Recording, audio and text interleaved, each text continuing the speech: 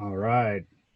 Welcome, everybody, to Fear and Loving with Ranch, the roundtable discussion series on the protest movement. And I am Richard William Guerra, aka Ranch, and I'm coming to you from Boston.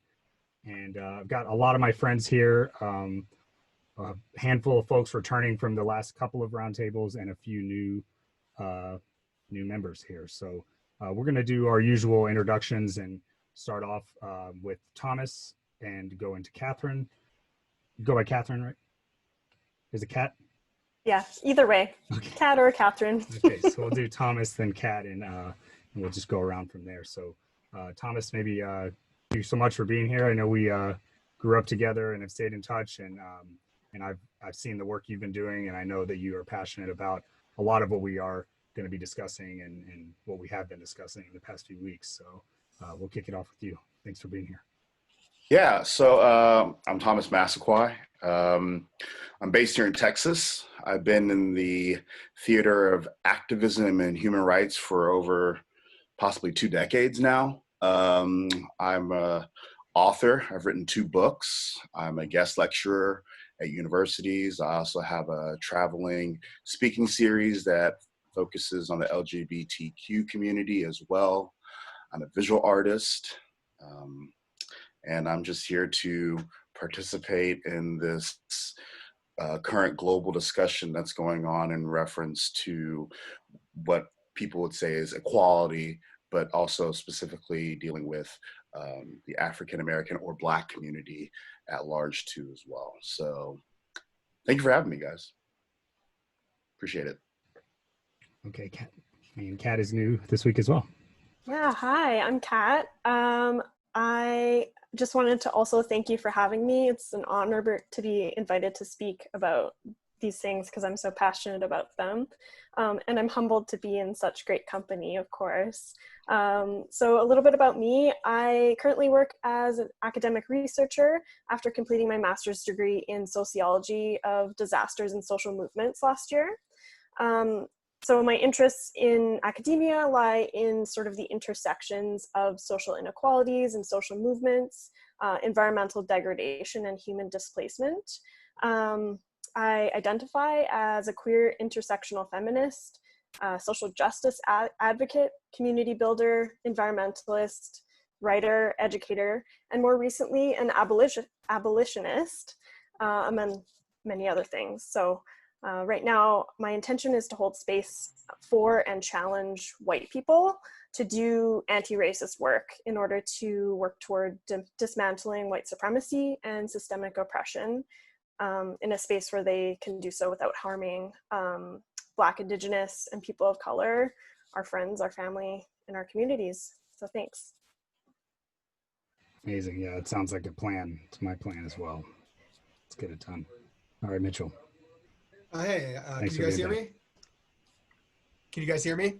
Yeah, it's cool. So Mitchell Gomez, I'm the executive director of DanceSafe, which is a public health and harm reduction nonprofit. Sort of on a more broad scale, I consider myself an anti-drug war activist, basically trying to mitigate the harms of the drug war, which are often sort of framed as the harms of drugs themselves, right? So prohibition has this neat trick where it creates dangers through the mechanism of drug prohibition, and then it uses those dangers as a reason why we need drug prohibition. And since the drug war has been sort of the tool at the forefront of the state for targeting minority communities, it sort of really ties in with everything we're seeing now and the sort of urgent need to end the drug war in order to reform police. Yes, thank you for that work too. Okay, Ray. Thanks for being back here. Yep. Hi, Ray Carre, class of 2020, Vermont Law School, going to be starting with the Connecticut judiciary come the fall. My work has largely been a career of food service and some education work, but I've been at it for 20 odd years and working the slow grind for anti-racism and disestablishing white supremacy. Blessed to be here. Thank you all. Mr. Joe Nice. What's up, everybody? Joe Nice, First of all, thanks good to be with everybody again. I guess I could say I'm a newfound social activist in, I guess, the strictest terms of the word. But when you're a Black person in America, this sort of activism doesn't really, it's just a part of your existence. It's just simply being Black in America. Actually, the reason why people know who I am is because I'm a DJ. I've been traveling around the world, and I've been able to experience culture, global culture, from a different perspective throughout 48 different countries. Got a master's degree in nonprofit management and another master's degree in intercultural services and healthcare. I've worked in impoverished communities in Baltimore. I've worked with refugees in Baltimore and in Greensboro, North Carolina. And I know Catherine and I, we do our weekly chats, and the four themes, the four fights that I continue to talk about are humanity, freedom, equality, and survival. And what I would like to see in our existence is humanity, freedom, equality, and survival for everybody. And that's going to have to be done not only through the perspective of Black people, but also all vulnerable people. Because when our most vulnerable become equal to everybody, everybody becomes equal. That was all I had to say in terms of an intro. I mean, I don't have anything else flowery or fancy to go with. And that's kind of it for me right now. Awesome. And it's awesome to have, really great to have Ryan back on here. Ryan and I kind of, connected early on. I think it was the first night of things going down in Minneapolis. I think you were the first. We shared some Unicorn Riot videos or something like that, and it was we were both like, okay, well, we know what we got to do now. Yeah, for sure. It's always extremely exciting when these kind of moments come around, and this one feels different than anything I've seen over the last 20 years. I've been doing social movement organizing, direct action organizing since about 2001, starting with like the anti-war and anti-corporate globalization movements, and then tracing through a bunch of different tendencies and moments that include Occupy and things like that. Over the last 5 years, I primarily work with an organization that I co-founded called the Permaculture Action Network. And what we do is we mobilize people from concerts and cultural events to days of direct action where they're building regenerative community spaces. So the more prefigurative side of creating the kind of world that we want to live in by building urban farms, community gardens, places where we can actually meet our own community's needs of food, water, shelter, medicine through the work of our own hands. And then of course, an extremely vital part to that prefigurative work, or the building of the new world, the building of the viable alternatives that we want to move into, that has to come alongside with resisting and dismantling the structures that are currently keeping us from living in a liberated and full way. So that's equally part of the kind of work I do. So yeah, I've been involved with co-founding the Giltrack Community Farm. I'm involved with the Thriving Resilience Communities Collaboratory and the Nonprofit Democracy Network. And then I also do a bunch of affinity group organizing and autonomous organizing. So that means that I work with individuals that are not part of any group or organization per se, but different grouplets of people that have trust with each other and do different kinds of direct action organizing around social movements and moments like this. All right. Well, I love doing the roundtable, and I love doing the introductions. By the end of it, I'm just like super psyched to be able. I mean, it'd be an amazing experience to have a conversation with any one of you, I think, about these topics that are, on front of mind all day, every day lately. But to be able to do it with all of you is super special, and hopefully we'll be able to do it again. So today and this week, we are collectively going to be tapping into these words, defund the police. I think, there's a lot of discussion around, well, is that the right way to put it, or is that exactly what we're trying to do, or is it something else? And I mean, and I think maybe we'll dive into that. But those, hashtag defund the police is really the what Black Lives Matter is particularly putting out there and really pushing. And a few minutes ago, I decided to go to their website, and right at the top they have hashtag Defund the Police, and it's just a few paragraphs that come along with a petition. I figured maybe it would be a good idea to start off by just reading from the Black Lives Matter website around what they perceive that to mean. So let's see. So enough is enough. Our pain, our cries, and our need to be seen and heard resonate throughout this entire country.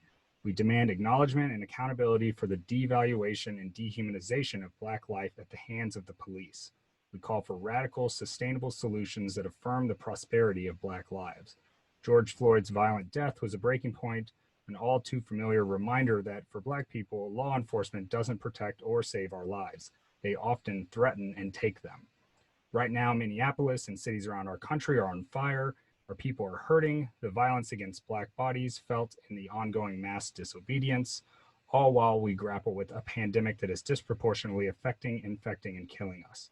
We call for an end to the systemic racism that allows this culture of corruption to go unchecked and our lives to be taken. We call for a national defunding of police. We demand investment in our communities and the resources to ensure Black people not only survive, but thrive. If you're with us, add your name to the petition right now. Help us spread the word. So that is at blacklivesmatter.com. And what really stood out to me just right then was which paragraph was it? Investment in our communities. And I think maybe that's what stood out for me in terms of why we would be taking the money that goes into law enforcement and redistributing it or changing it or defunding. In large part would be to, and I guess that is what we're seeing in certain cities, is we're seeing that money going down, that investment coming down and being pushed right back into the communities themselves. And so yeah, I guess whoever is feeling like inspired to speak first, just let me know.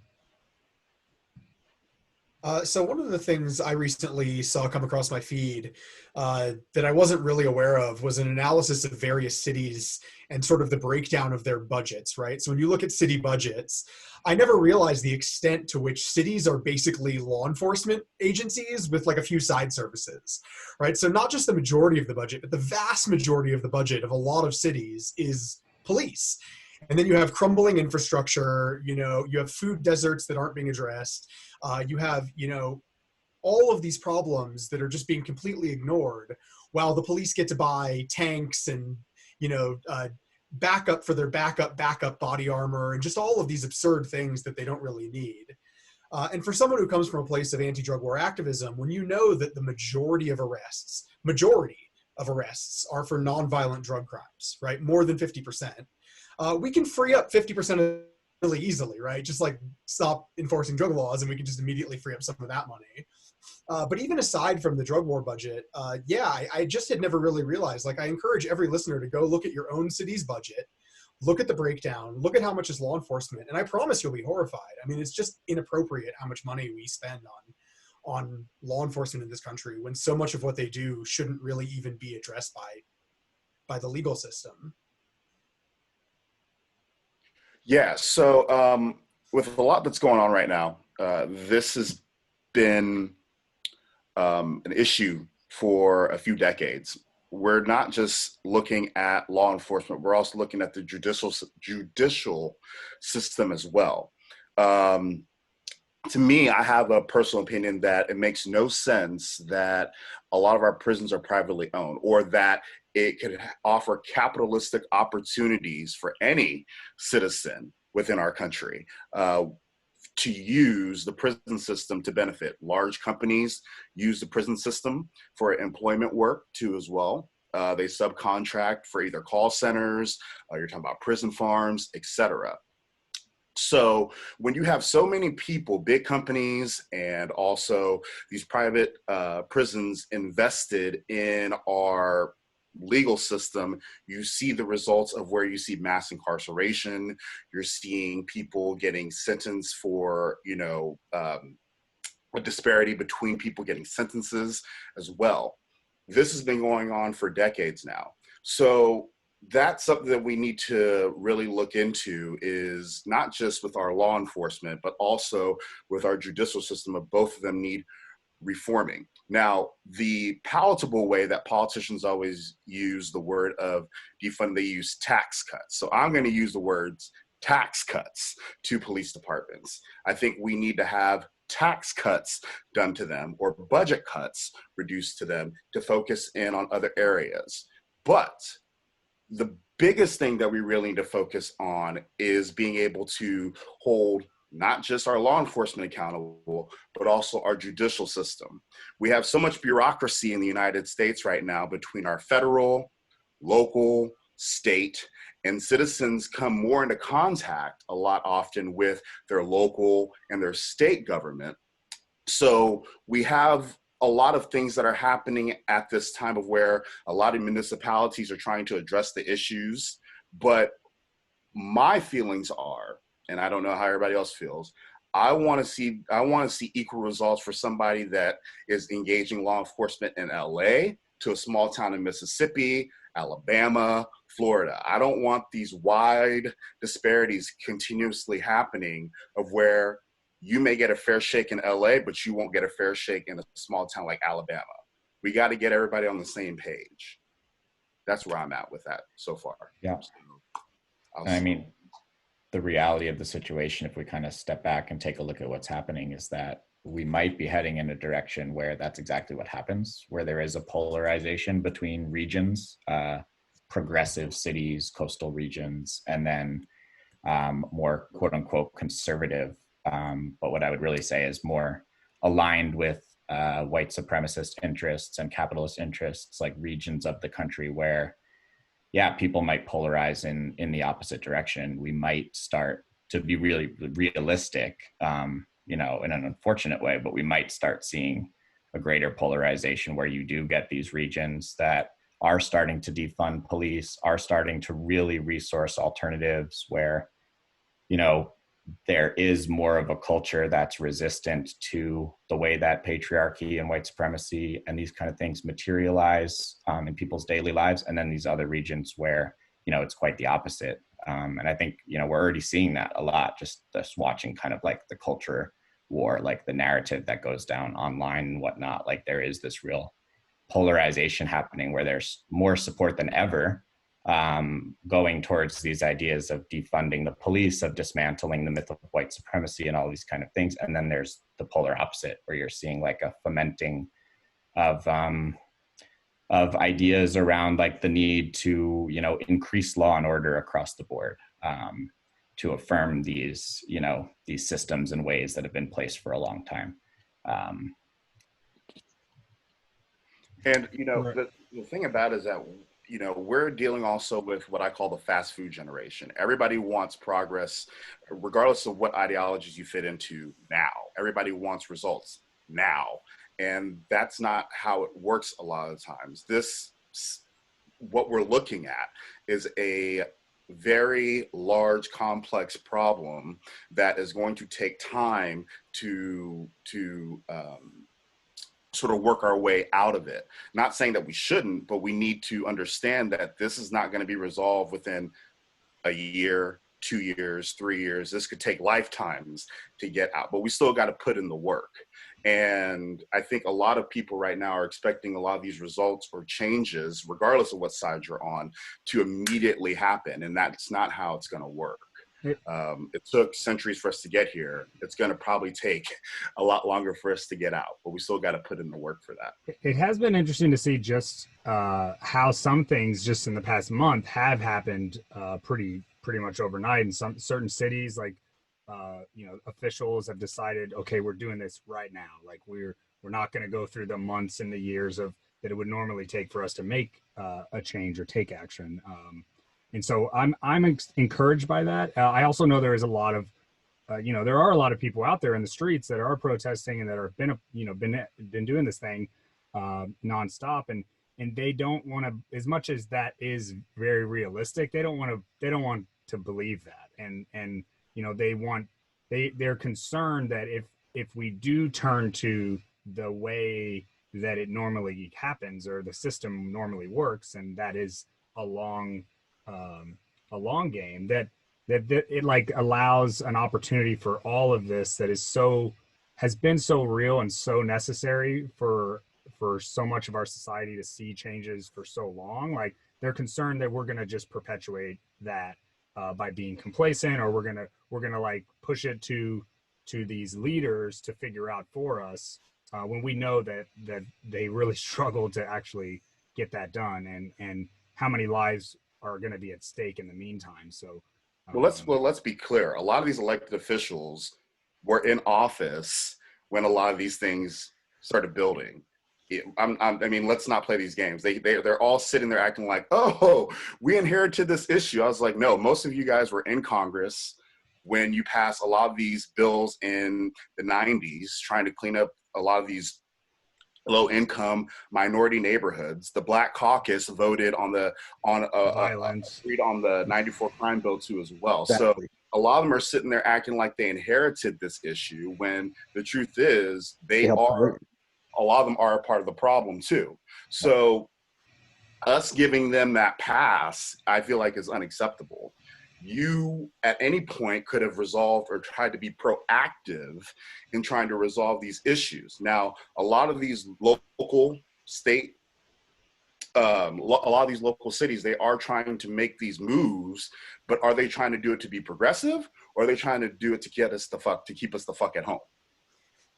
You have to look at the intention here. Like, what's the intention? Are you really trying to bring equality? Are you trying to really bring on the change? Because a lot of them were pretty much radio silent before people started getting out in these streets. Or are you trying to keep us the fuck at home? Or worse than radio silent, they were actively pushing back against nonviolent protests, right?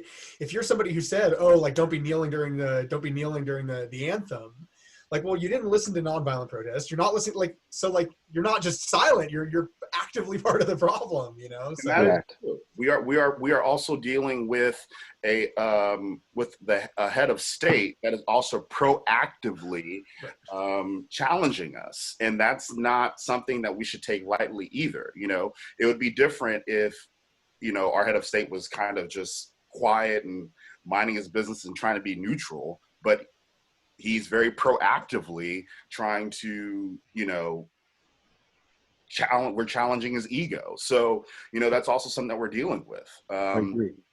We're also dealing with the fact too, as well, as that everyone is trying to get on the same page. That's why you're also hearing all Black Lives Matter, because, you know, to be completely frank, within the Black community, you know, the LGBTQ community is also somewhat marginalized, or not even considered in a lot of these violent acts that are occurring too as well. So that's why we are all trying to get not just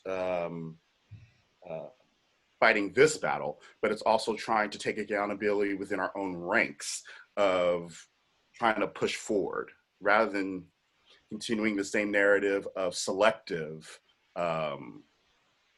activism. Right. And you know, Thomas, you said something that made a lot of sense earlier on when you said, you know, there are a whole lot of people that are in office now are part of the problem. And for so many years, the narrative in terms of Black people in the United States and being able to get justice was, wait a minute, we don't have anybody in positions of power who look like us, that could represent us, that could potentially change the legislative process in our favor. We don't have any Black faces in high places. So, you know, in 2008, we get Barack Obama. Hey, and he is a Black face in a white place. We have a Black Attorney General in Eric Holder, who was a holdover from the Clinton administration, another Black face in a high place. We end up with a Black head of Homeland Security in Jay Johnson, another Black face in a high place. We ended up with Ambassador Susan Rice, who's United States Ambassador to the United Nations, another Black face in a high place. And what happened? The police brutality, in my opinion, got worse when we had Black faces in high places. And it seems as if the Black faces in high places chose to look the other way instead of look towards the way they should have been looking, which was towards Black people, which was towards humanity, which was towards equality, which was towards ending white supremacy. I'm currently reading this book right now, How to Be an Anti-Racist. And in the chapter that I'm on right now is a chapter called Black. And Dr. Kendi posits that Black people can be racist. And given what we've seen from our legislators, especially the Congressional Black Caucus, especially Clarence Thomas, who is a Black person who has done nothing for Black people. Yeah, I don't like those votes. And especially, yeah, Well, and real quick, and all the other Black people that we've had in office, because again, the narrative's always been, hey, you know what? We don't have anybody that looks like us to represent us, but then we get people that look like us that represent us to try to represent us, and they end up doing nothing. So, quite honestly, I don't trust any of these politicians. I want them all gone, all of them. I want new people. I want new people that actually represent us. I don't want these old fuddy-duddies that have nothing to do with anything. I don't want Nancy Pelosi and her $21,000 refrigerator and her $12 pints of ice cream telling us, oh, well, you know what, Black Lives Matter. We really care. And we really want to make sure everybody gets stimulus money. But then she's going ahead and approving everything that Trump does. I'm tired of the bullshit. I don't want any of these people in office. I want them all gone from Washington, D.C. And Thomas, you mentioned something earlier on about the privatization of prisons. There's a legislative council, there's a lobbyist group called ALEC, the American Legislative Executive Council, and they're a powerful lobbyist organization. The only other lobbyist organization that's probably more powerful is AIPAC, but ALEC does a whole lot of work behind the scenes, and getting rid of ALEC would also be a great step forward to reforming the legislative process to get rid of white supremacy and begin to have some reasonable types of criminal justice reform. And one thing, and I don't want to, start running on a tangent, but, I've abandoned the idea that being Black is that we're all homogenous or we're all monolithic or we're all going to share the same opinions. That's why you have people like Candace Owens out there. That's why you have a few other, everybody assumes that we all are going to have the same opinion. True. And, I abandoned that idea long ago. So when somebody like Barack Obama comes into office, or you're looking at somebody like Colin Powell, or, I don't even like saying his name, the guy that's on the Supreme Court is up there. I fully recognize just because we share the same skin tone, he's not going to have the same interests as I do. He's not going to have the same invested interest too either. So we have to also look at, how do we change this narrative of, putting it out there that everyone assumes that every single person that's Black is going to have the same vested interest, but also working towards the idea of us trying to work out of this narrative of that, Black people are considered to be more violent than other groups. How do we change the narrative of the fact that Black people are lazy? How do we change the narrative of that, this is a system that we've been dealing with for centuries, of where, Black America has almost had to sit there and look like we're going crazy about some of the shit that's happening to us. Right. And then also, I'll get off, but also another thing is that when we're talking about the idea of white supremacy, Black America did not create white supremacy. No, that's true. It is not. If we're being honest, it's not on us to change this entire system. Now we can work in collaboration of trying to, but it's going to take the people that established this to change it and break it down. Because if it was within our power to change the narrative, it would have been done long ago. Do you think we want to be beaten in the streets? Do you think we want to be disenfranchised? I think, and I'm just saying that for most groups that are disenfranchised, if it was within their power to change that narrative, they would. It takes the people that are of privilege that created this system to dismantle it. So I think I see a hand Agreed. up. Is that what I see? Go ahead, Kat. I was just. Did Ray put a hand up? Is that what I see there, Ray? Okay. Oh.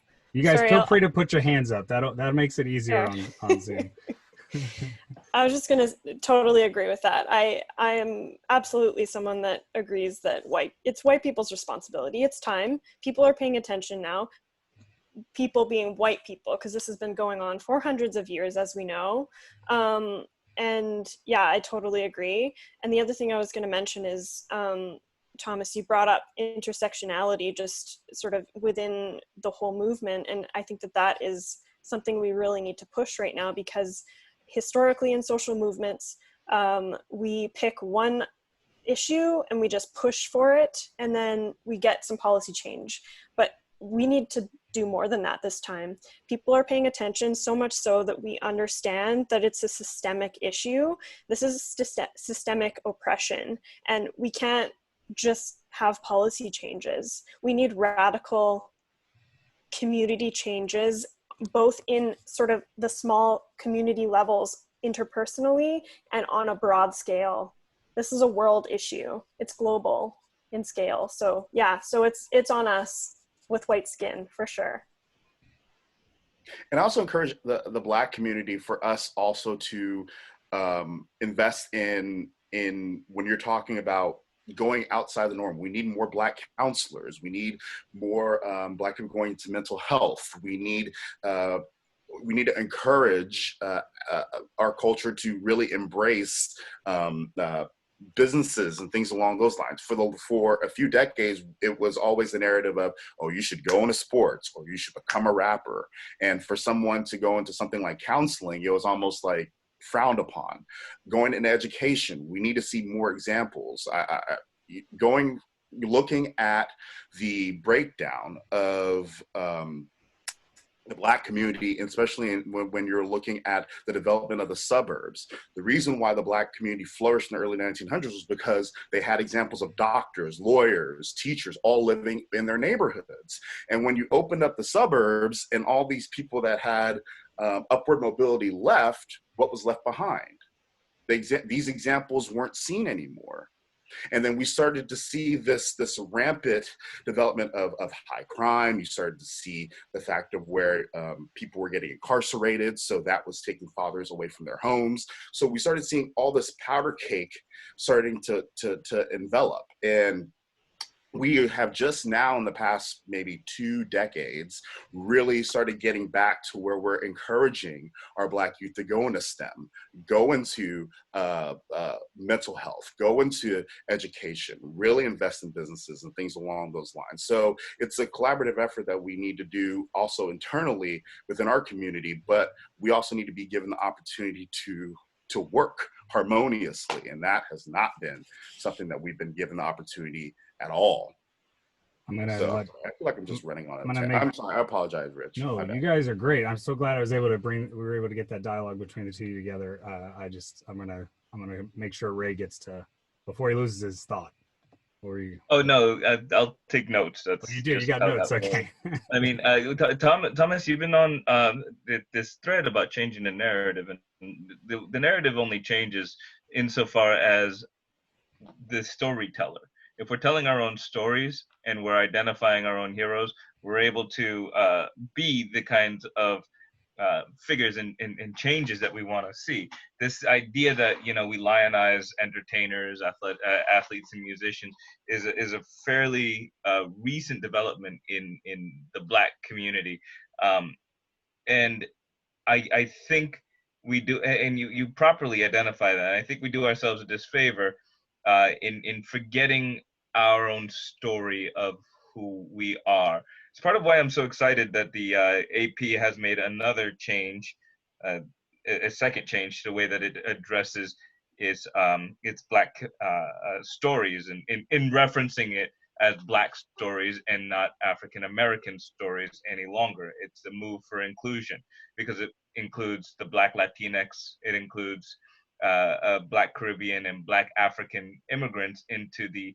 American fabric of who is Black in this country. Because I know from my experience in the professional realm and in academia that our Nigerian and Ethiopian brothers and sisters didn't feel like African American, felt that was just an archaic turn of the century term, because it is an archaic turn of the century term piloted by the Baltimore Black Star at the end of the 19th century. That's why the AP started calling Negroes African Americans capitalized. It was a way of saying, we see you getting lynched left and right, and Negro is a diminutive that the lynchers use, so we're going to pay you some respect. I think we're going to start seeing this expansive and inclusive perspective of who Black is as a reminder that we are more than the Beyoncés and the Jay-Z's and the LeBron Jameses, that we are also astronauts, that we are also inventors, that we are also bankers, and that's exactly who and what we are.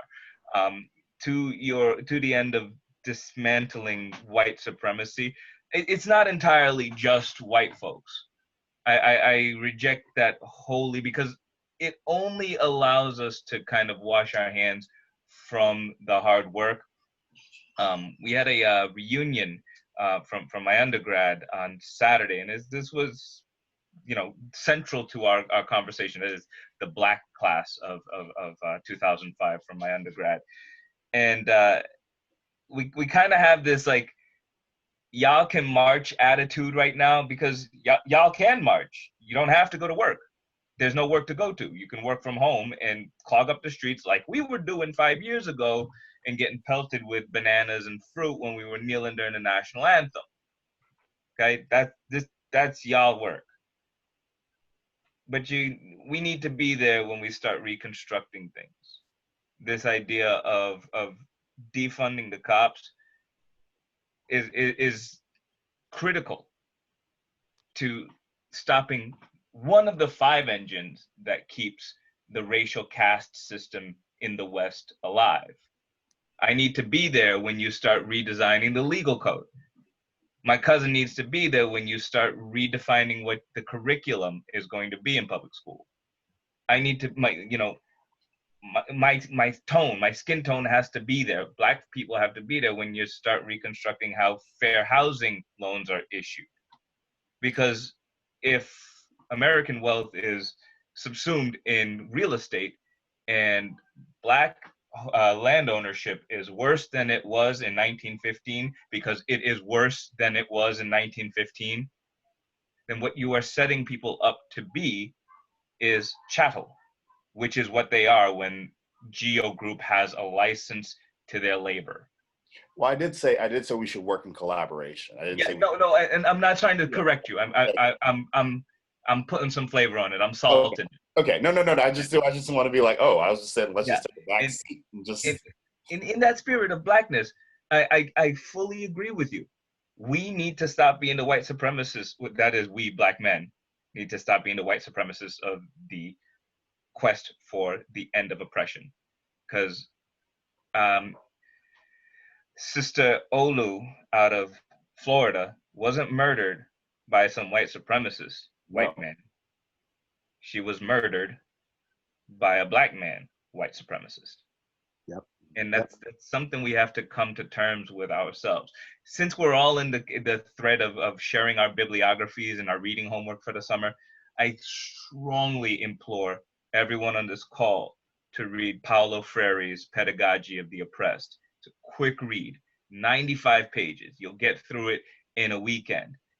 And Freire is important to me because as an educator, he threw away that Catholic master-pupil dynamic and said, okay, we're going to learn together. We are all each other's masters. We are all each other's pupil. I'm going to teach you how to read because these are the things you need to know in the favelas to know how to protect yourself.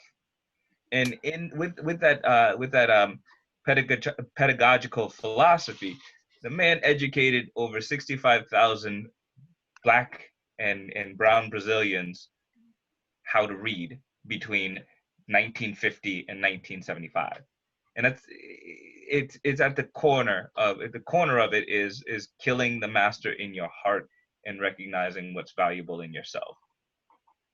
Right. And Ray, you bring up a good point with regards to Black people, and we're going to tie this back into the police. Let's not forget, obviously, so much of the Black Lives Matter movement is about, hey, you know what, there's a lot of white police officers killing Black people, Black men and Black women. But let's not forget, right here in good old Charm City, downtown Baltimore, in Baltimore, there were 6 police officers that were involved in the Freddie Gray situation, and 3 of them were Black. 3 of them were Black. And those three black people, those three black police officers went to, were just as punished just as severely as the three white police officers. And I would find it hard to believe that let's take a look at the George Floyd situation. There was an Asian person that was standing right there, standing there in the buffalo stance, just like this, and then watched three of these white police officers going ahead and murdering George Floyd. So, well, we can't even even talking about the Asian community and the black community at large. I mean, that's a whole nother that's a whole nother discussion in itself that I've been educating people about, in terms of LA 92. Yep.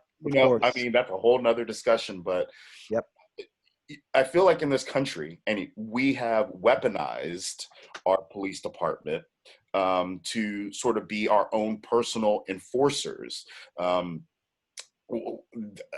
America's capitalistic, and we're capitalistic not just monetarily, but also socially. Also, it's a mentality that we're deeply entrenched in. From the fact of when something happens, your first thing is, how did you get the upper hand on the next person? So we have to almost unlearn this mindset that we're in order for us to move forward.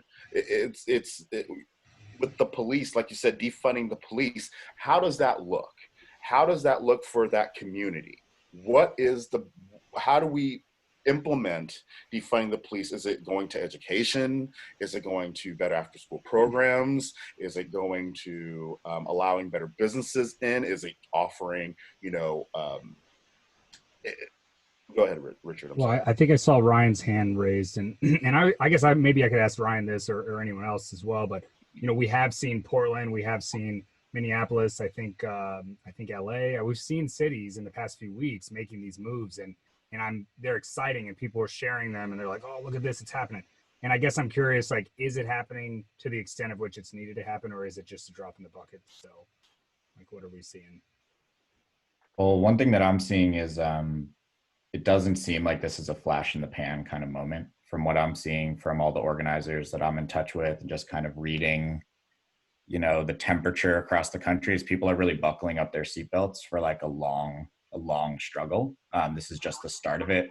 Sometimes we see like this big expenditure of energy on the streets over the course of a couple days or a week, and then people have to reel back in order to not face burnout or repression or any number of things. And it really seems like people are being measured about this, and they're really in for the long haul. So I think we are going to see a durable movement come out of this, which is really nice. However, like you bring up, like we have seen a lot of really specific things happen really quickly. I mean, just looking at Minneapolis, right? We've seen the University of Minnesota end their contract with the police department. We've seen the Minneapolis Public Schools sever a decades-long relationship with the police department. Park and Recreation Board voted to end their relationship. The Art Museum ended their relationship, and private companies have stopped hiring off-duty cops as security guards, right? So we're seeing like a huge dissolution of the relationships between a bunch of entities and the police.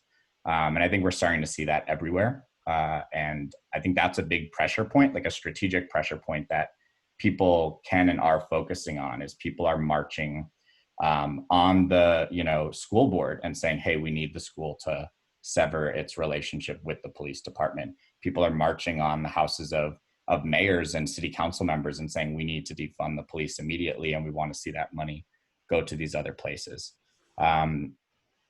So one tendency that I'm observing that I think is really important is like the localization of struggle.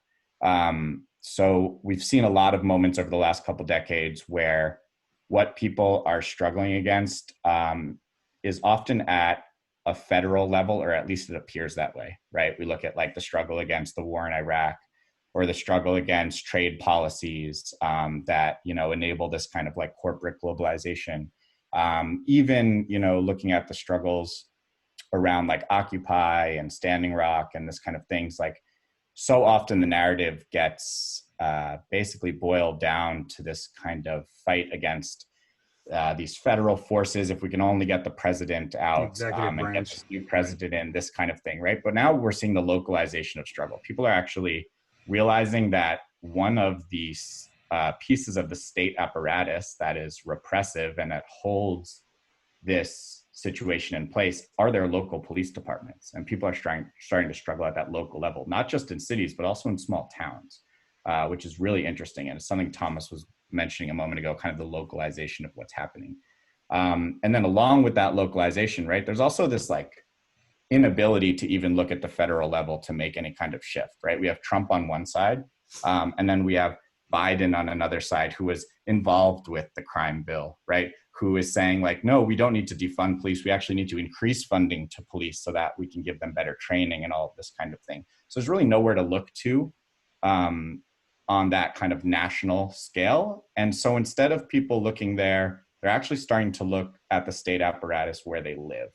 And another interesting tendency here is, right, like in all these struggles in the past, people would get radicalized through their experience on the streets with cops, but the issue wasn't cops, right? People would come out to the streets because they wanted to protest against the war, but then they would get fired on with tear gas by police and it would radicalize them. People came out because they wanted to support this Occupy movement. Wow, all these young people are gathered in the city square and they're doing workshops and sharing food and sharing medical supplies and, you know, talking about how to move their money out of banks into credit unions. And then people come out who are, you know, liberal or somewhere in the middle, and they experience, you know, the police coming in and tearing down medical tents and throwing libraries full of books in the back of dump trucks and shooting people with rubber bullets, and they get radicalized.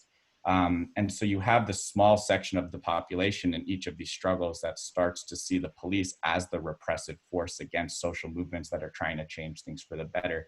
But here in this instance, there's actually people experiencing that moment of radicalization with the police on the streets where they live, and the fact that the issue as a whole is policing. And so people are finally centering in on like, what is policing and how does it show up in stopping us as a populace from strategically moving from this extractive, exploitative way of living towards this just, regenerative, liberatory way of living. And the inquiry that I think a lot of people are focusing on that is essential right now is, do we want the police? Where did the police come from? And what are the alternatives to this kind of system? And people are starting to actually look at the origins of policing, which is integral to understanding our entire situation. I'd want to recommend a new podcast that's come out by, his name's Robert Evans. He does the Behind the Bastards podcast, and also he does It Could Happen Here, which is a really interesting podcast about like the prospect of, you know, civil war in this country. But he has a new podcast called Behind the Police, where he discusses this. And there's a lot of other literature out there about the origins of policing and the origins of police. But, you know, what we see is a huge swath of origin of the police throughout the South as slave patrol, right? Literally the groups of white men, there were some areas that allowed women, right? How progressive, to join on. But right, these groups of white men who would try to put down slave insurrections and would go and catch runaway slaves. And in the North, we see, you know, the origins of policing coming out of formations of people that were there to put down labor strikes, that were putting down working class unrest and working class organizing. And you had these private militias and things like that, right, who would be hired by the owners of the coal mine or the owners of the factory to come put down these kind of working class struggles in the 1800s. And then often you would see working class martyrs created by these situations in which there'd be actual firefights, right? So then you need this entity that can use less lethal ammunition, that can use less than lethal tactics to put down working class organizing. And then you have the growth of the police department, the growth of what we see when we see riot police come out, right? And police a demonstration. So the origins of policing in this country grows out of that. And so then we actually look to the question of, well, how can we abolish this? How can we dismantle this? And can we do that without also abolishing racialized capitalism, right? And then people go, wow, well, wait a second, like if we can't abolish the police without abolishing racialized capitalism, maybe this is way too big of a struggle. But should we be looking at that as an impotence, Or should we be looking at that as a really welcome opportunity? Like, okay, now we're finally talking about abolishing the police and creating ways of keeping each other safe and resourced and well that are different from policing. How does that link up with also abolishing and dismantling racialized capitalism and creating something different? And I think we're in the perfect time to do that, right? We've been, right 2 months before this all started, we've been seeing mutual aid networks rising up around the country as a response to economic inequality and economic uncertainty coming out of COVID-19, right? So we're seeing like all of a sudden people are looking at mutual aid, this ability to work in solidarity with one another and mutual benefit with one another to make sure everyone's needs are met in terms of food and housing and healthcare and wellness. And then now we're seeing this look at how do we dismantle and abolish the police and how do we create alternatives to policing.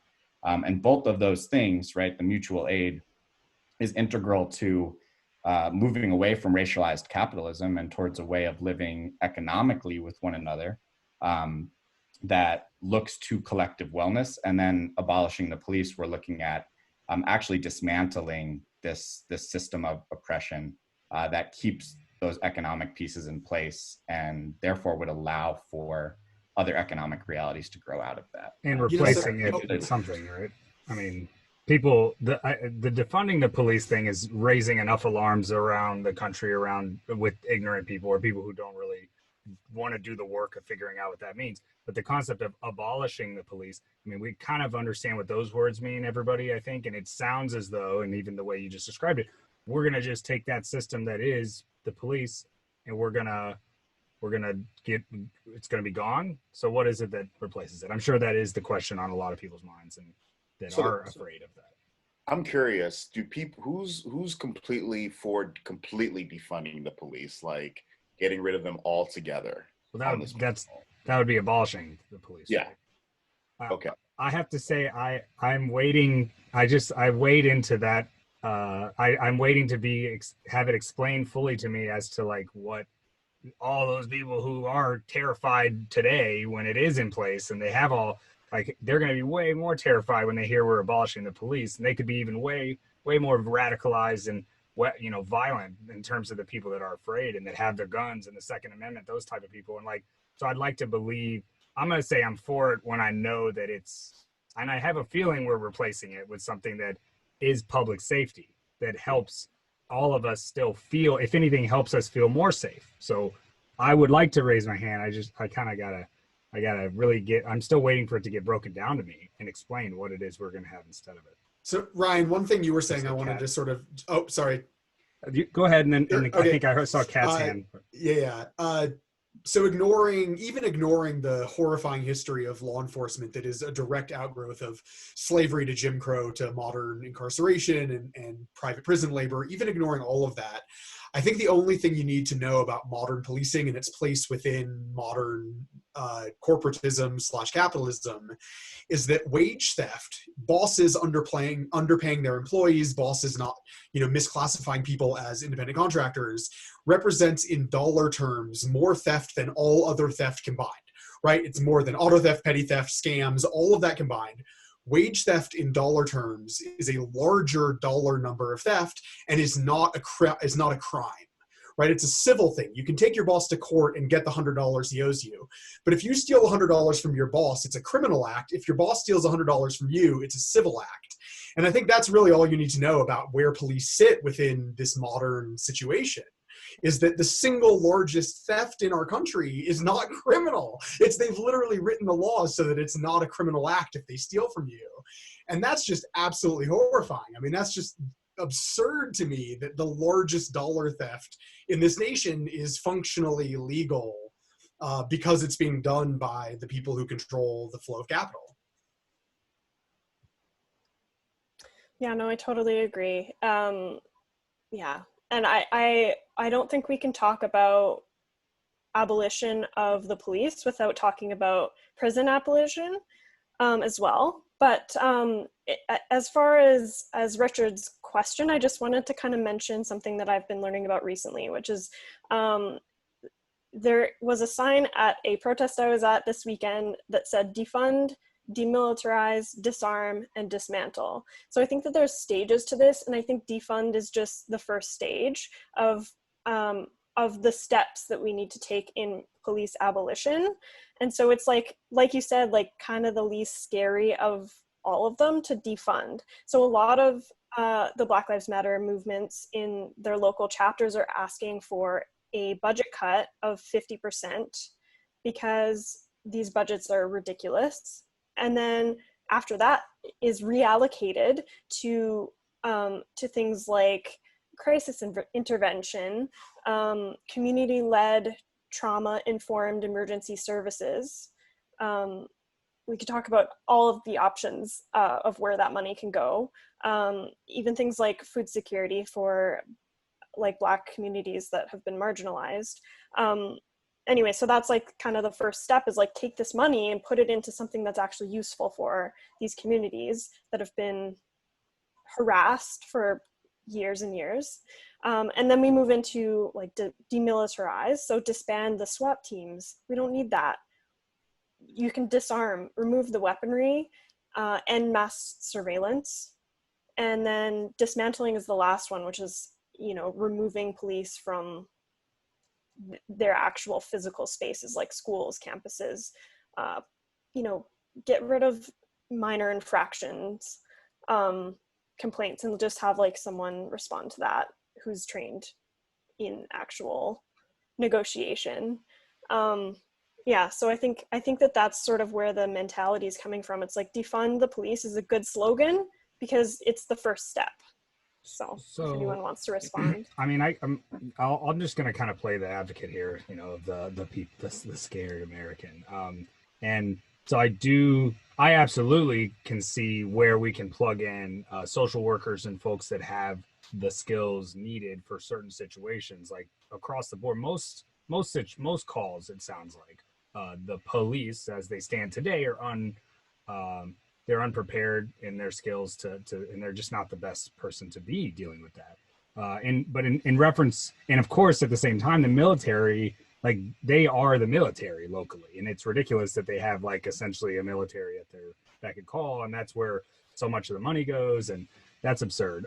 In terms of disarming, like I am getting stuck, and I'm sure so many do, as to like what happens when the police are not armed. For all those people that are so afraid of somebody coming and taking their stuff or hurting their family, and like I think it also, as you were speaking on it, it made me think about really the bigger issue, which is that so much of this country, no matter what your background is or your color or whatever, we just live in this bubble that we're all just taught, and we've all been made to believe that there is something to be worried about all the time, and that Americans and that the society is coming for us. So with those people, I'm curious how we can help them feel like, this is the right move. So I think the way to do that is by shifting the sort of 5 or 6% of stuff that really does need guys with guns to show up for, right? There's like a small percentage of things that like, yeah, it's probably good to have some people who can show up and like deal with this, right? I think it's to have those under control of county sheriffs who are responsible to the electorate, right? They have elections coming up. You can run for county sheriff. You don't have to have any law enforcement background at all to run for county sheriff. And so by taking it away from city police who are theoretically answerable to the electorate in some sort of vague, abstract, you hire the politicians who appoint the police, but really having the top law enforcement official for your area be an elected position, I think is good. But that's a tiny percentage. I mean, at night, the nearest police station to me closes at 7 p.m. And then after 7 p.m., it's a 40-minute response time to my house. Like, the only thing law enforcement is going to do for me is show up and fill out a report. And that's true for most people, right? That's true for most people. All they're going to do is show up, fill out a report. And so creating community response. I also happen to be a strong and personal believer in the Second Amendment. I think most people should know how to use guns, should learn how to use them. But that's because I grew up in a rural community in Colorado where, like, particularly as somebody who's Hispanic, you just can't count on law enforcement, right? You have to handle your own shit. Like, you have to handle it yourself. And then you call them to come fill out a report on whatever happened 35 minutes ago. But that's also my personal background where, like, when I grew up in Weld County in Colorado, everyone my age had 22s. Like, it was just totally normal as a little kid to have a 22. And so I have a slight, I didn't grow up in a city where guns are, you know, looked at as scary or other. And I mean, I remember, you know, it being just a totally normal thing to see kids walking around with rifles, and like nobody said anything. And it wasn't that long ago. I mean, I'm talking mid 80s. But yeah, I think having mutual community support like that, right? You don't call the police, you call your neighbors. But yeah, for the small 5 or 6%, I'm totally fine with having it be an elected position. Well, maybe I'll ask you, Joe. I don't know, maybe if this is something you can speak on, but you know, in terms of the urban centers and particularly communities of color in urban centers, you know, like Baltimore especially comes to mind. The concept of there not being a police force that, you know, is particularly armed or ready for violent scenarios and whatnot, you know, how does that translate to those communities? Like, because it's, I guess, correct me if I'm wrong, but I have heard voices during this from people of color that like to bring up the fact that there is violence in these neighborhoods. And I mean, that's obviously what has been perpetuated and allowed this entire mess of, you know, the prison industrial complex and just all of this thing we're talking about to be perpetuated, is that, oh, there's violence happening there, so we need to figure it out. But do you think it would, if tomorrow in Baltimore, especially, the police were disarmed, like how would that translate to those communities? Like, that's a great question. And I think it would translate almost immediately because of the amount of anguish and angst that is in Baltimore City, because of the amount of police brutality that has taken place over generations in Baltimore City.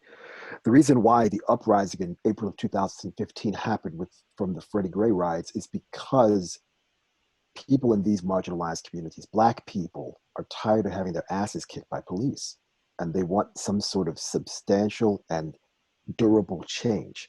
So if the police departments went from being this over-militarized, steroided up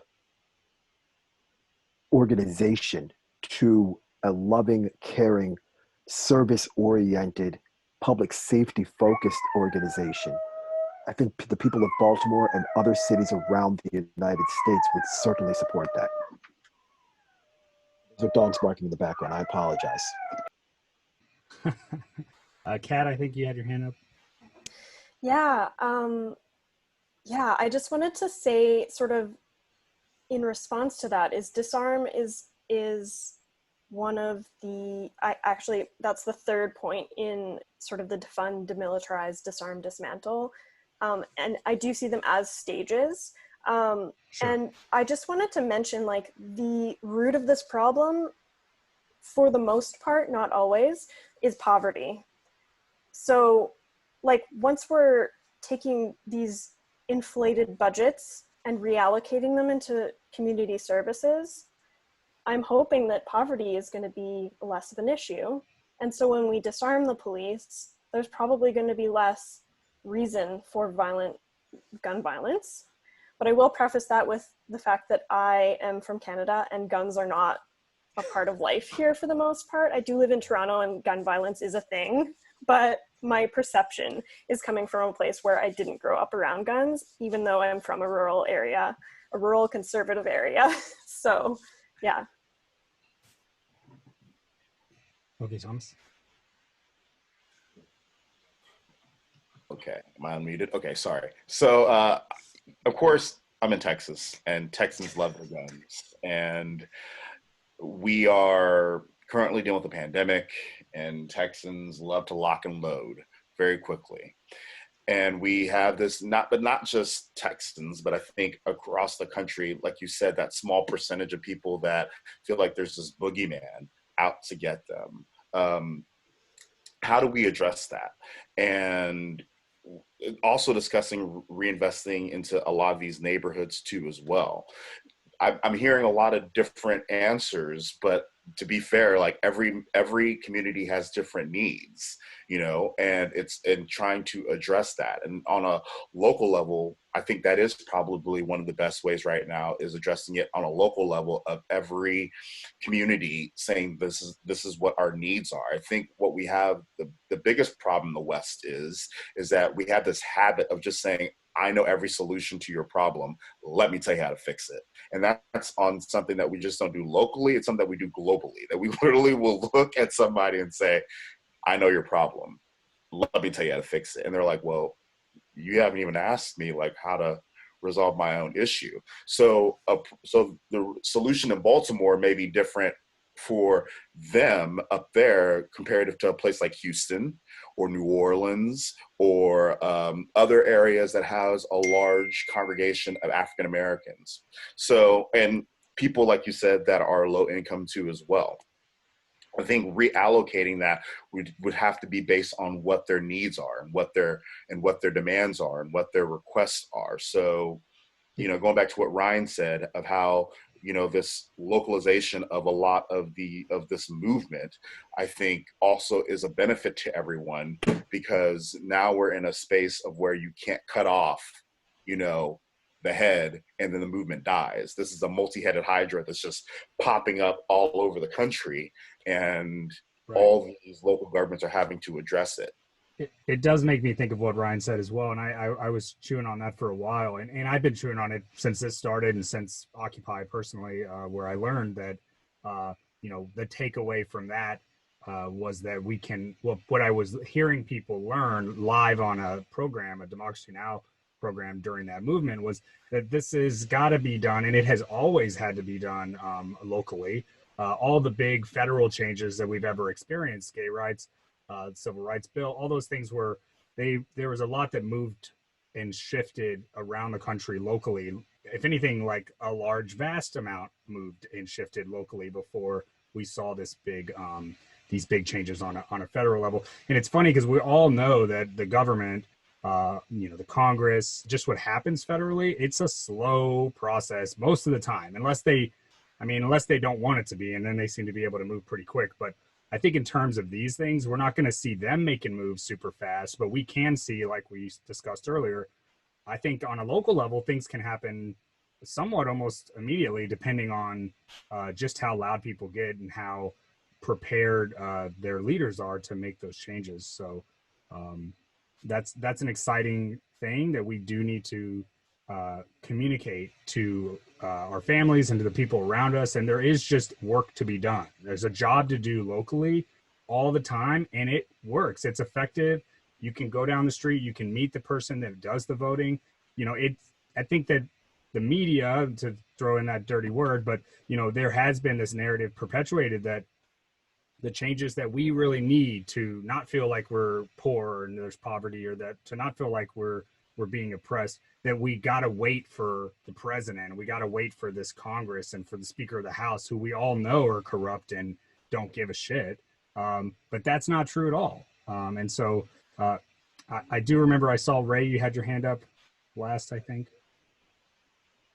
I'm trying to do better with the hand. Feel free to put your little digital hands up if you want, guys, or your real hands. I mean, it's fine. I just wanted to dovetail off of what Kat and Thomas had to say.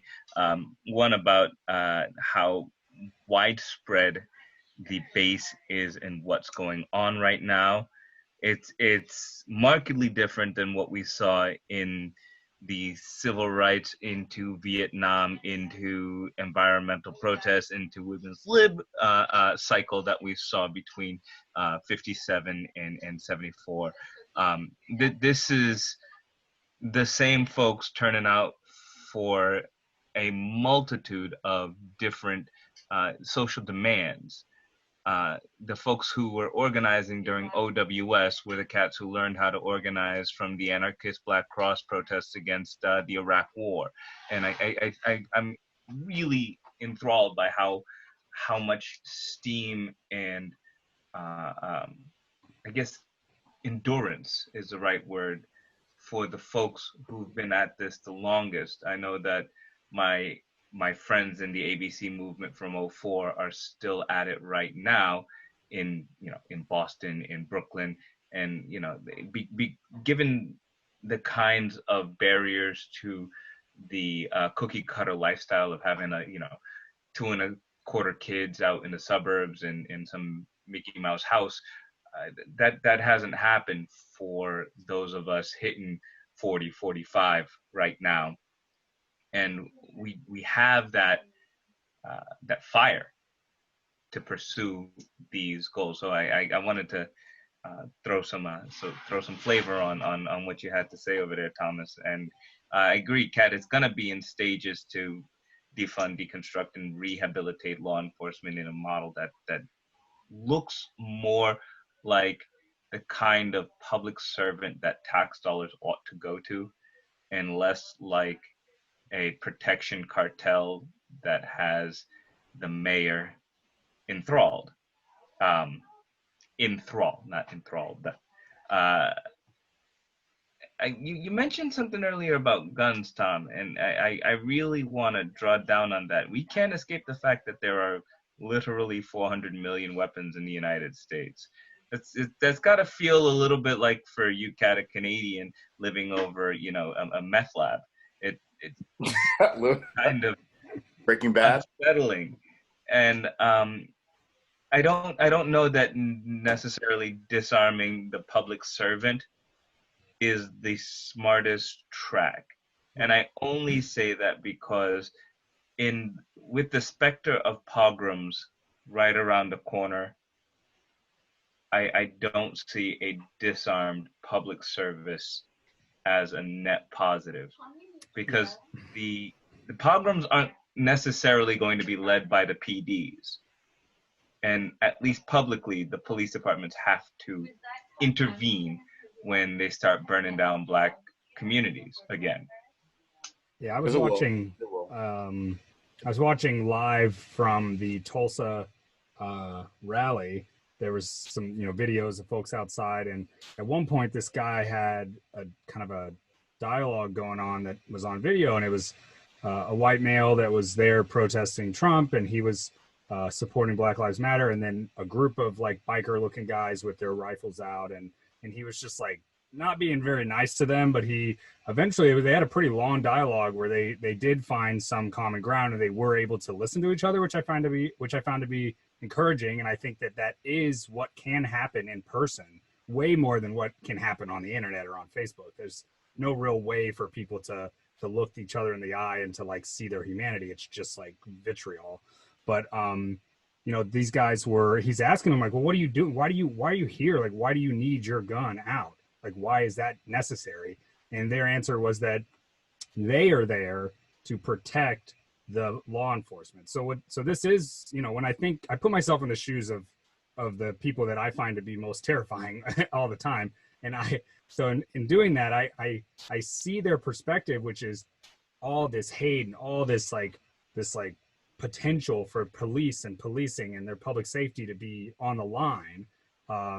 And at the same time, like, they are feeling emboldened, and they have for definitely the past 4 or 5 years, by the president, but they're being emboldened to believe that they need to take their arms, and they potentially need to be these militias. I mean, I don't know if they have militias in Canada, Kat, but they got them all over this country, and they step up and they try and take over things. And, and if anybody was, seriously concerned about any real divide turning violent, I think,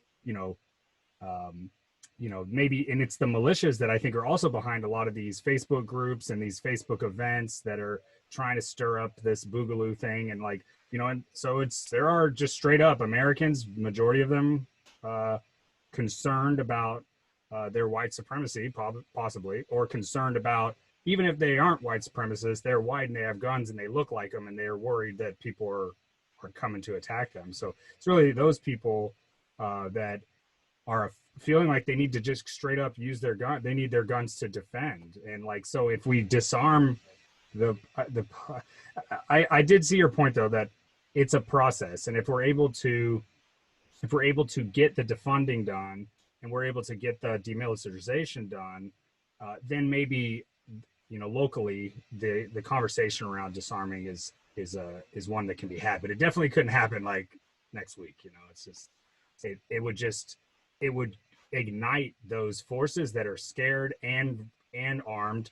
And I mean, correct me if I'm wrong, but there seems to be some growing, and maybe it's the trolls, and maybe it's the the MAGA campaign or whatever it is, but there seems to be Americans, more so than I've ever seen in my life, that are out there that are ready to just say fuck it, like we don't care about the rules, and we got to defend ourselves and our family, and like at all costs, and every system is an enemy. Well, I think also because I feel like a lot of people in America don't feel heard. You have a primary two singular groups that are always the ones that are making the decision. I like to, plug Don't Just March, Run for Something, a book by Amanda Littman. I don't know if that's been plugged on here before, but, what we're talking about, we always encourage people, go out there and vote. But I mean, we need more diversity in a lot of these elected offices. The more diversity we have, the more that people are feeling like they're represented, the more we can move forward in a lot of this dialogue, being more progressive in what I forgot, I'm trying to paraphrase, but somebody wrote that America is striving to be the country that it said it was going to be on paper. And it's something that we continuously are trying to make happen. But in order for us to get there, we have to encourage people not just to vote, not just to march, but also get involved with your local, state, and federal government. We have to wash out this residue of this same bullshit that we keep seeing over and over and over again, especially the fact that it makes no sense to me that the same people that have been elected for the past 2-3 decades are still here. So I don't like that. Yeah. Let's try something new. Joe, I saw your hand up there, and guys, we're gonna I think maybe Joe, if you want, after you make your point there, if you'd like to give some last words or plugs or anything, and we'll just go around one at a time and do that, and we're getting close to the mark there. Nice one. Hey, Thomas, it's something you said with regards to voting, and over this past weekend, I gave a speech at a Black Lives Matter rally in Baltimore. Awesome speech. Thank you, brother. I appreciate that. And on the back of my protest sign, I always have all these different policy points because, again, we have to not just say, hey, no justice, no peace, but we actually have to vote for something. We have to have something to fight for. And one of the points that I talked about was ranked choice voting. And I swear, of all the points that I brought up, other than reparations and rewriting the Constitution, ranked choice voting got the biggest round of applause. And in addition to what you were saying with regards to, hey, let's not just march, but vote, we also have to change how we vote. Because again, the process in which we vote is at minimum unfair and at worst almost criminal in many instances. Because again, if we have an overwhelming majority of voters if the majority of voters does not approve for a particular candidate, even though the particular candidate has more votes than all of the other candidates, then that's an unfair system. That's why I think a ranked choice voting system will be a considerably more democratic way for the electoral process than what we have right now. And I think that goes hand in hand with what you were talking about also. Because again, we have to have political candidates that make us vote for something, not let's just vote because I'm a Democrat or I'm a Republican or I'm an independent. And I guess, I know, Richard, you said you want me to start closing things out. And that's okay. I don't mind doing that. Well, I thank each of you for taking the time out tonight to have this conversation. It's important. It matters. And we all are important people. We all matter. Again, just stay vigilant and stay healthy because there's still a pandemic. There's still COVID-19 floating around. Regardless of whatever everyone else wants to think, we still have to wear masks. We still have to somehow social distance. We still have to keep our hands clean and do everything that we're supposed to be doing. I try to read about a book every couple of weeks, but a book that I keep going back to over and over and over again is a book by Ira Katznelson. The name of the book is called When Affirmative Action Was White. I think everybody should read that book. It's if you're interested in learning more about social justice, if you're interested in learning more how to dismantle white supremacy, you also have to know where white supremacy actually came from and how many of these civil rights policies of the 60s actually really didn't benefit Black people, but actually truly benefited white people. So learning how to dismantle and reform, that book, When Affirmative Action Was White, is a great place to begin. Awesome. Thank you. And yeah, it looks like in terms of COVID, I mean, I think I was looking at the graph today. It definitely looks like it's doing a nice big turn. Like, so, next week, let's hope it's flattens out again. I mean, in terms of that, it's like, I want to manifest it going this way, but yeah. Go ahead, Ray. I mean, you're saying that the COVID curve is going down. That's Massachusetts. No, up. Oh yeah, no. I wish it was every day. I wish it was. But... Missed you for a second. Sorry. Do you want to say some last words? Well, I mean, I think it's just encouraging that we're continuing to have the conversation and we're continuing to really nail down that, some of these hyperbolic expressions actually mean what we say, when we say it. Yes, we want to defund the police. Yes, we want these monuments to oppression down. Yes, that includes your white Jesus. I don't give a fuck. I want you to be every part of the promise that Thomas Jefferson, Alexander Hamilton, and John Adams penned in the Federalist Papers, and that gave birth to our Constitution. Like, we have a contract with this country, no matter who's in office, no matter who put them there. So we're going to hold you accountable. Thank you. Let's have Ryan go.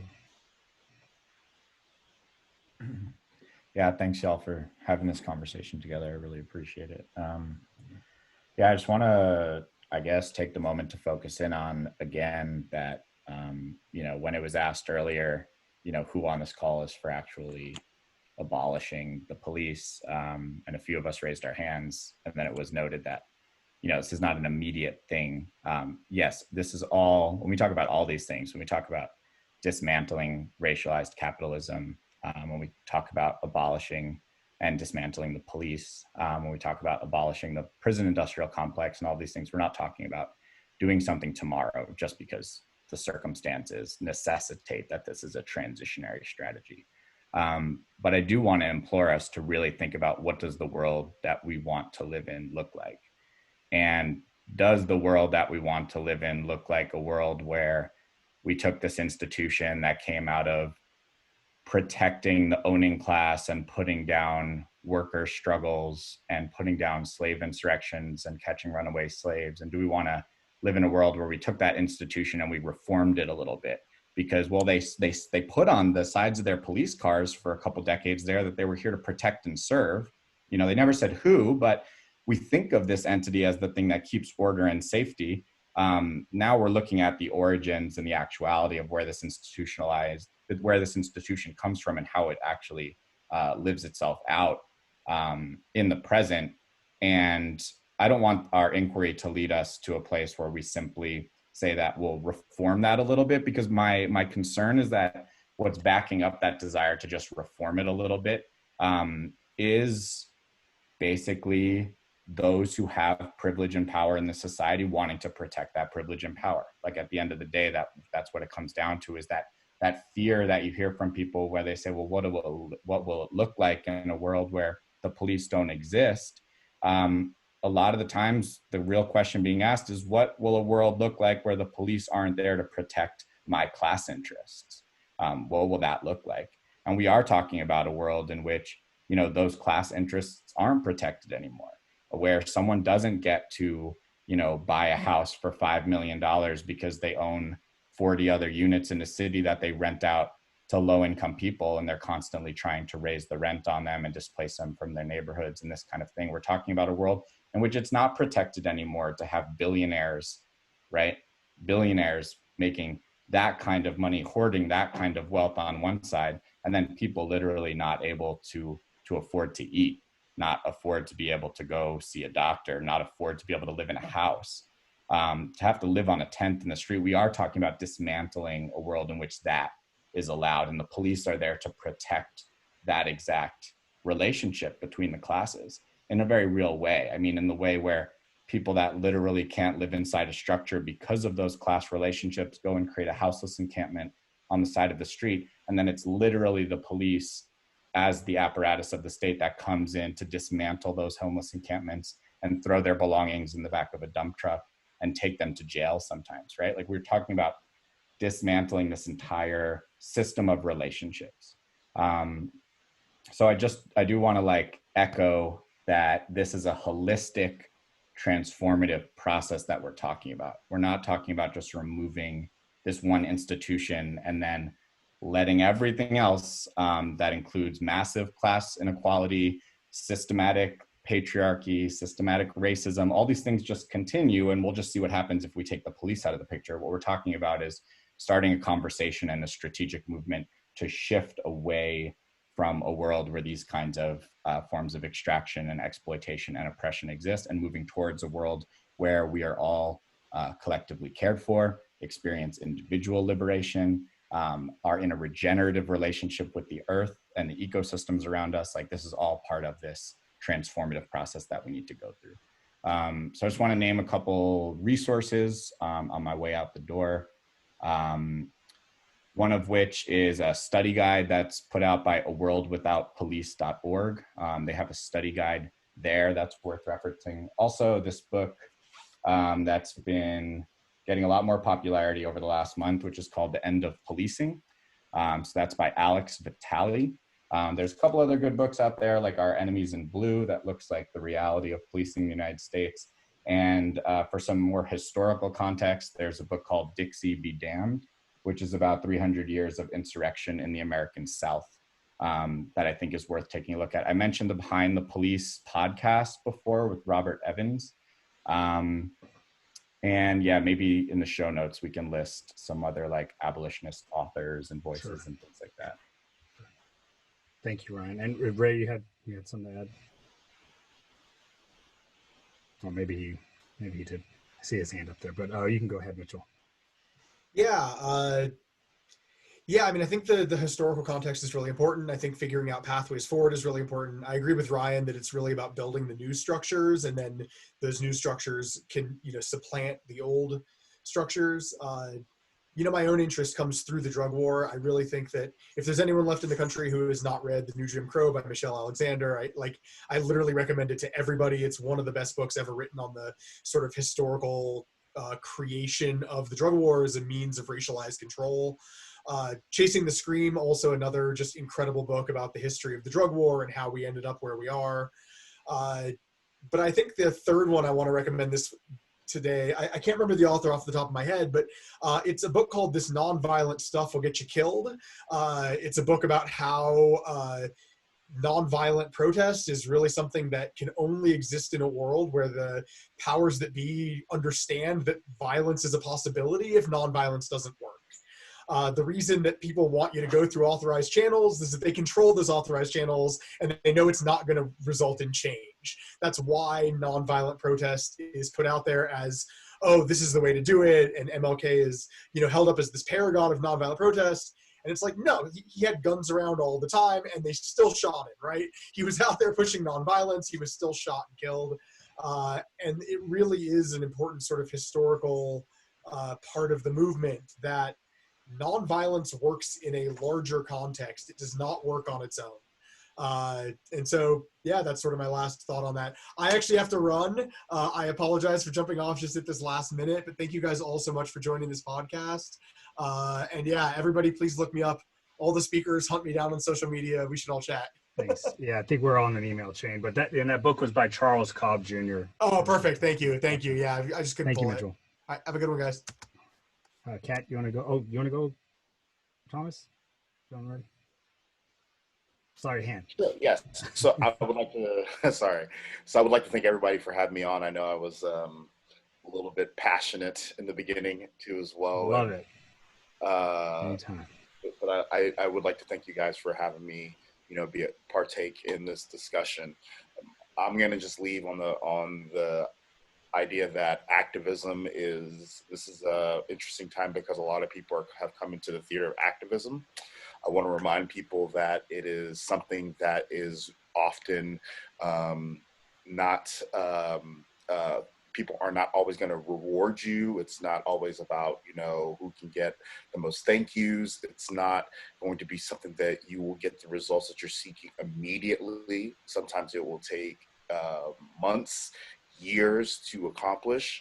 I also want to encourage everyone to look out for their mental health too as well throughout this whole entire process, because everything that's going on, whether it be, what you're seeing in the news, whether you're seeing it, amongst your peers, we're dealing with the global pandemic, and also people have their own personal issues that are going on too as well. So I want everybody to just take care of their mental health. It's okay sometimes for you to take a pause if you are in this fight. You don't have to be on it every single day. Totally. So I know there are people that feel guilty sometimes that are like, if I don't go out there today, it's going to be the end. No, if you are on the verge of a breakdown, or if you are feeling like you just can't make it, stay at home. Stay at home, talk to someone, build a community of people that you can actually vent to about your own feelings. That's what's going on. It's okay sometimes to voice your feelings. And that's what I'm going to leave it on, is for people to really just be reminded that, check in on your friends, check in on yourself, and they should just have a switch on Facebook, because it will switch.